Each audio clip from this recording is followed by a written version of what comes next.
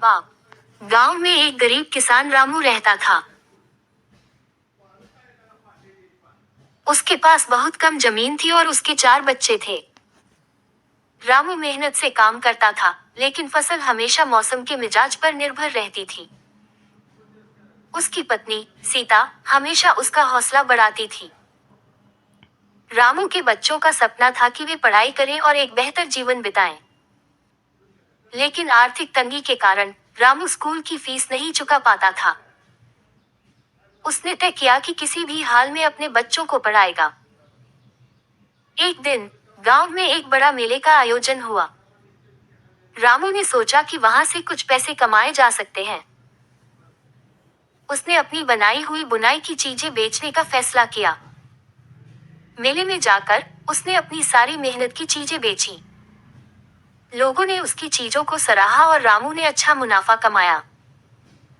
जब रामू ने पैसे घर लाए तो उसकी पत्नी ने कहा, ये पैसे बच्चों की पढ़ाई में लगाओ।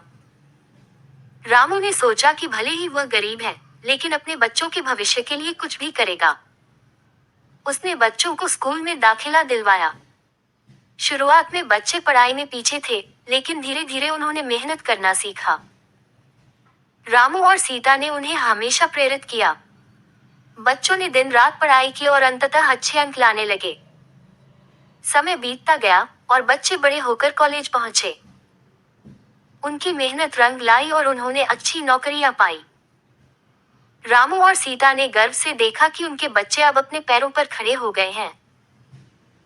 बच्चों ने अपने पिता की मेहनत और बलिदान को कभी नहीं भुलाया। उन्होंने अपने पिता के नाम पर एक स्कूल खोला ताकि गरीब बच्चों को भी शिक्षा मिल सके। रामू की मेहनत का फल उसे उस दिन मिला जब उसके बच्चे अपने गांव में शिक्षा का उजाला फैलाने लगे। इस तरह एक गरीब बाप ने अपने बच्चों के भविष्य को संवारने की दिशा में अपनी मेहनत से एक नई कहानी लिखी। उसने साबित कर दिया कि अगर इरादा मजबूत हो तो गरीबी भी सफलता के रास्ते में बाधा